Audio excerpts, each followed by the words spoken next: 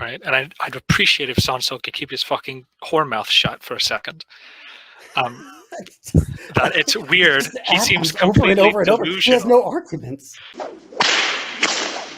It seems very fucking delusional that you believe in the system where everybody is going to be a secret cannibal, but this system must be so strong and codified and perfect to hold everyone in line, but also decommodify housing, decommodify food. We're going to have a system where the community is going to vote on things, I guess, to decide production rather than just have a market. There seems to be I told you I'm going to stick to it. If you keep on saying the same thing over and over, he's just lying about my position over and over. Let him finish. Go ahead, man. Go ahead. Yeah, I mean, you keep saying I'm lying, but I mean, you already said that. Oh, we're going to decommodify housing, and we're going to decommodify food. That's necessary, but we'll let you have the luxury food. I suppose what it's an onion is owned by the state unless it's kissed by a pretty enough French woman, in which case it's a luxury onion. I'm going to mute myself because I have to fucking vent. Yeah, holy shit. In the end, I mean, I think everybody can see this, that Sonsol is just a guy who really likes the label of socialism because it's edgy, and he's an edgy prick, and he doesn't know much about his own system, nor does he have any defense for it. You better get back in here, Sonsol.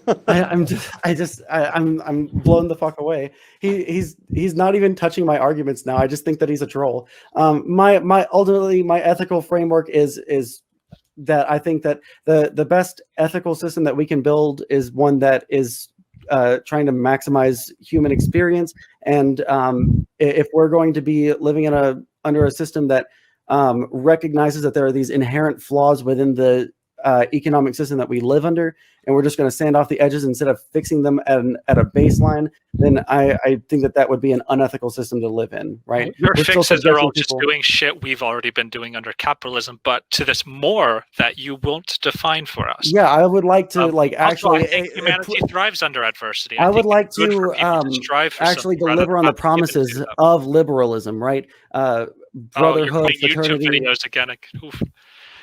Well, I wish that I could point out things that you're quoting, but instead you're just saying that I have a whole mouth and shit. Like I don't know. Your entire arguments just seems to be ad homing me before going into something that I didn't say. Right? Like, I hope that Sonsol shuts his whore mouth. Anyway, Sonsol believes in a completely centralized economy where the government owns onions. Like I don't know how to argue against someone that's not arguing against my points. Like, what do I do? How do you say you want to decommodify food, but we can still have private luxury food? What's a luxury food versus a decommodified food under your system? So, I mean, sure, like food that is having to be imported over like a long a great distance, things that aren't produced in an area that it would be like going bad under, like that would be more of a kid.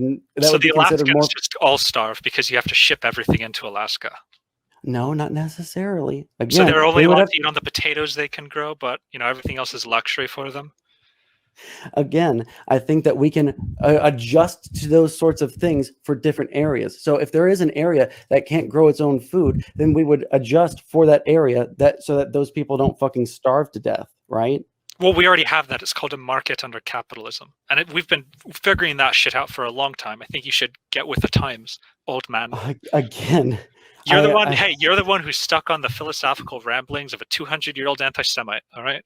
I think you need to. My arguments aren't Marxist in nature, right? Like we've moved past Marx in terms of socialist arguments because he got some things wrong, right? With like the labor theory of value, he's gotten some things fucking wrong, and that's fine, right? Because he wrote a book fucking 200 some odd years ago. Yeah, some of it's just going to be outdated, but there's updated socialist. Most of it, or all of it, I would say. Oh, most of it or all of it. Do you think, some of the things the that part about Christian socialism finally beating the like, Jews is out of date? He's asking me just like a dumb question that has nothing to do with what we're talking about. I don't care about Marx. Hang on. Answer it anyway. I don't care about Marx. He can cross-examine, answer his questions.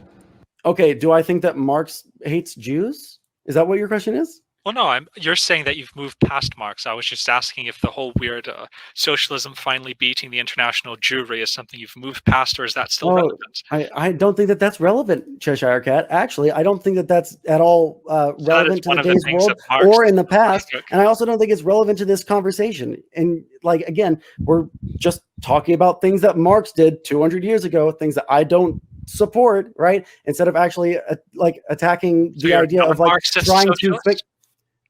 No, I wouldn't be. I would not be considered a Marxist socialist. So you're an anti-Marxist? Are you based? Anti-Marxist doesn't mean anti-socialist. Well, I'm asking you. If you say you're an anti-Marxist socialist, then that's what you are. I wouldn't be considered a Marxist socialist because I don't believe. I'm not asking you if you're a Marxist socialist. I'm asking you. It's not either. It's not either Marxist or anti-Marxist. Well, you're not answering the question. I'm asking you because the question is a false dichotomy. It's not a false dichotomy. I'm asking you if you would consider yourself an anti-Marxist socialist. All right. That's all you have to answer. It's a yes or no question. It's very easy. Again, that's why it's a false dichotomy, because it's not either like you are pro-Marx or anti-Marx, like it's some sort of like fandom thing, right? It's like, okay, there are some parts of Marx that are okay, right? And there are some parts of him that aren't, right? People that like to sit there and die on the hill that everything that Marx said was perfect and has no problems, right? Those people are stupid as fuck. You talk to Infrared, you talk to those people where they're like, oh, scientific socialism. That's just irritating as fuck, and it's dumb, and I don't support that sort of stuff. But there's the foundation. Why do commies refuse to take a moral stance against something that is bad and instead do this bullshit where they're like, well, I'm not saying I'm for or against it. We should learn some things from it, but I don't ultimately support it. All of you guys are moral cowards. You do this for everything. Soviet Union, well, we can learn from it. I wouldn't fully support it. Fucking genocide in China. Because that's how we've done everything for all of human history. No, that is how trial and error. We've done trial and error around on every single thing that we've ever done. Whether it's in science, whether it's in economics, whether it's in governments, all of these things have been done. I can say the Soviet Union was a fundamentally immoral state. Can you say that? A fundamentally immoral state in which way? In every way. The mass murder, the violation of human rights. Is that the seizure of private property? Is that the entire thing that the Soviet Union did? Yeah, that's pretty much what they did. That's sort of their shtick. There wasn't anything that happened before, like Stalin took over, that was like a little bit defensible. Well, before Stalin, they collapsed democracy twice. They overthrew the democratic state, the State Duma, and then after that, they overthrew the constituent assemblies, who were supposed to be the new. Do you think that it's not? Do you think that was violence against? Do you think that violence against the state, when the state is doing violence to you, is never justified? You realize they had an interim state between the Tsar and the Bolshevik takeover, right?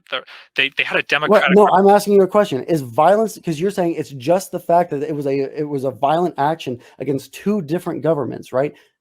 I'm saying the bad part about it, is violence against the government inherently a bad thing?